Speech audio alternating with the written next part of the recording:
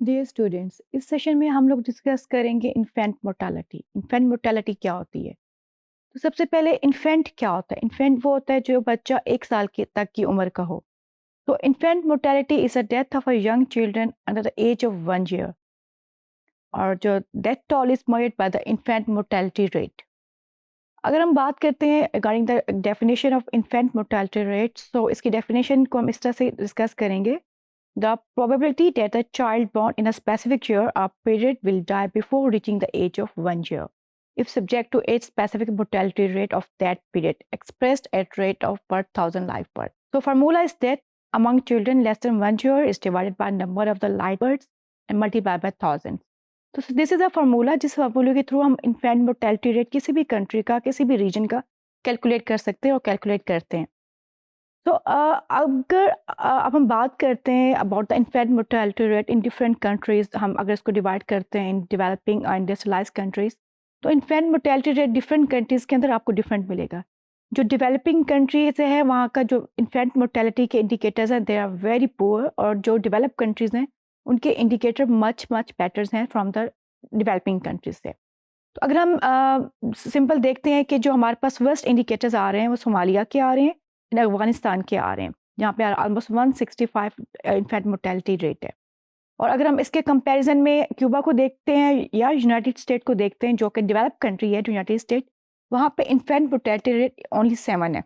अगर हम फर्दर और देखते हैं जापान, जो कि one of the develop country of the world, वहाँ पे infant mortality rate is only 3, and Singapore में इन्फेंट मोर्टेलिटी रेट ओनली 2% है। Let's talk about in Pakistani context. अगर हम पाकिस्तान के उसमें रेफरेंस में बात करें, जो पाकिस्तान का इन्फेंट मोर्टेलिटी रेट था, it was the worst almost a decade back. अभी भी पाकिस्तान का infant mortality rate is much lower than from many other developed countries, but हम इसको with the passage of time improve कर रहे हैं।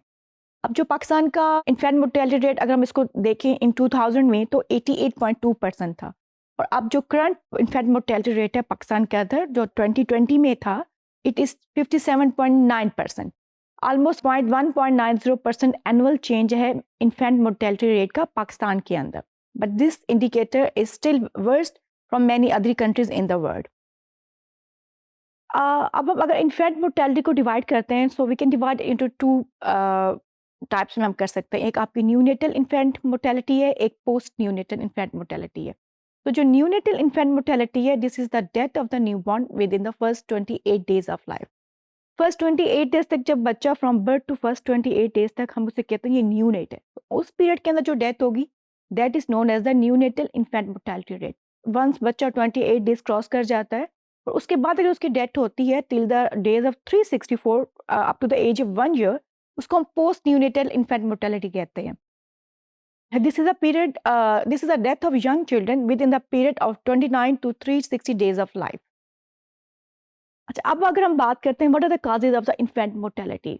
इन्फेंट मोर्टेलिटी के अगर हम काजेज देखें तो हमने ये देखा जो इंडिकेटर्स जो है इन्फेंट मोर्टेलिटी की बहुत बुरे डेवलपिंग कंट्रीज के अंदर।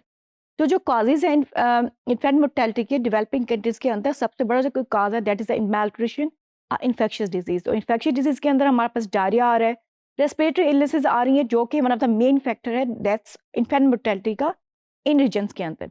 बट अगर हम इस मेल्ट्रिशन और इन्फेक्शियस डिजीज से बाहर आके कुछ सोशल पर्सपेक्टिव में बात करते हैं, तो जो विमेन का रोल है आपकी सोसाइटी के अंदर, it's one of the main cause of the infant mortality. Infant mortality कहाँ पे होती है? अगर हम बात करते हैं डेवलप कंट्रीज की, तो वहाँ पे इन्फेंट मोर्टेलिटी उन बच्चों में होगी जिनका बर्थ वेट लो होगा, या बिकॉज ऑफ प्रीमेच्योरिटी की वजह से वो बच्चा अपने टाइम से पहले पैदा हो गया, प्रीमेच्योर पैदा हुआ, जिसकी वजह से उसका बर्थ वेट कम है। अब बर्थ वेट कम है बिकॉज ऑफ प्रीमेच्योरिटी, तो वो one of the reason of the infant mortality in developed countries. लेकिन अगर हम बात करते हैं डेवलपिंग कंट्रीज की, तो डेवलपिंग कंट्री में लो बर्थ के लिए prematurity is not one of the factor. के अंदर बहुत ज़्यादा मैनी अदर फैक्टर्स भी इन्वॉल्व हैं, जैसे कि वीमेन की हेल्थ इन्वॉल्व है।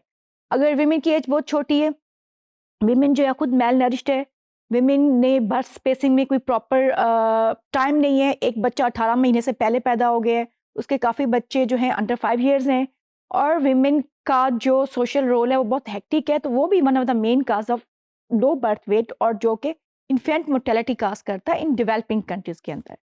So the probability of IM increases when babies are born to female who are infected with malaria, are undernutrition, underfed, anemic, indulge in heavy labor, have low level of immunization, or when babies are born to a female who are very young or old of age. Mean very आप जो एक reproductive age group देखते हैं females का, अगर हम reproductive window की बात करते हैं तो वो 15 से 45 ईयर्स के मिड में होता है। अगर किसी खातून के यहाँ बर्थ बिफोर 15 ईयर्स हो गई तो वो भी एक one of the main cause of infant mortality. अगर लेट एज में जाके खातून बच्चा पैदा करती है तो वो भी एक इन्फेंट मोर्टेलिटी की काज हो सकती है, बिकॉज उसकी वजह से जो कॉम्प्लिकेशंस हैं वो बहुत ज़्यादा होंगी और बच्चा लो बर्थ वेट होगा आपका, और जो कि काज बनेगा आपको इन्फेंट मोर्टेलिटी का। अच्छा, अब अगर हम बात करें हम वीमेन स्टेटस की, अगर हम वीमेन का जो रोल जो सोसाइटी के अंदर अपग्रेड कर दें, हम वीमेन को ज़्यादा अच्छे सोशल सर्कमस्टांसिस दें, उनका स्टेटस हाई कर दें, तो उसके साथ हमारे इन्फेंट मोर्टेलिटी रेट पे क्या इफेक्ट आएगा। तो रिसर्च ने जो हमें बताया, if women social status were higher they would enter their child bearing year with healthier bodies, with longer before having babies, wait longer between babies and have fewer babies in total, with each of these factors lowering the infant mortality rate। यानी अगर women का role अच्छा होगा, उनके पास education होगी, उनके पास empowerment होगी, तो विमेन का जो एक लेबर है वो कम हो जाएगा। विमेन अपने बारे में डिसाइड कर सकती है कि उसको कितने बच्चे पैदा करने हैं, कितनी स्पेसिंग करनी है, या उसने अपनी फैमिली को किस तरह से लेकर चलना है।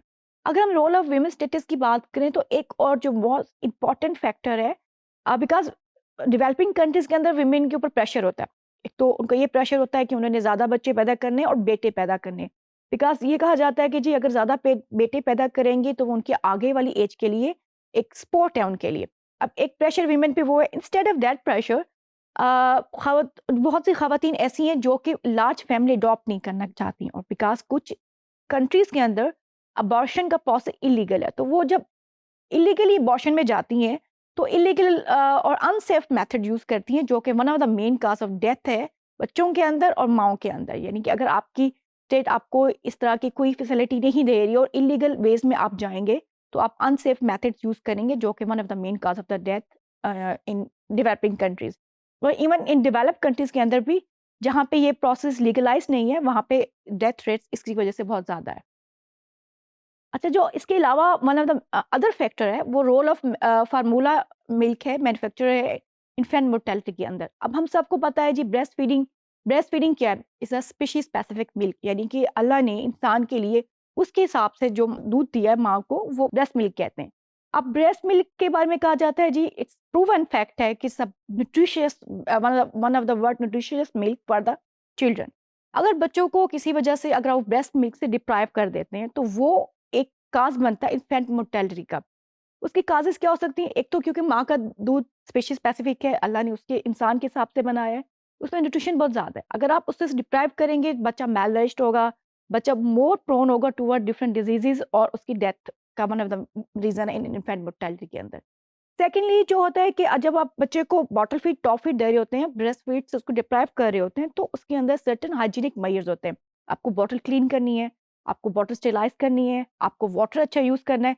अगर आपके पास आप ऑलरेडी रिसोर्स पुअर कंट्रीज में रह रहे हैं और आपके पास ये सारे रिसोर्स अवेलेबल नहीं है, तो आप प्रॉपर स्टेलाइजेशन नहीं कर सकते। वो again is a cause of infection in children, जो कि एक विशेष साइकिल इंक्रीज होता है मेल्ट्रिशन का, डायरिया का, और it's one of the cause of the death.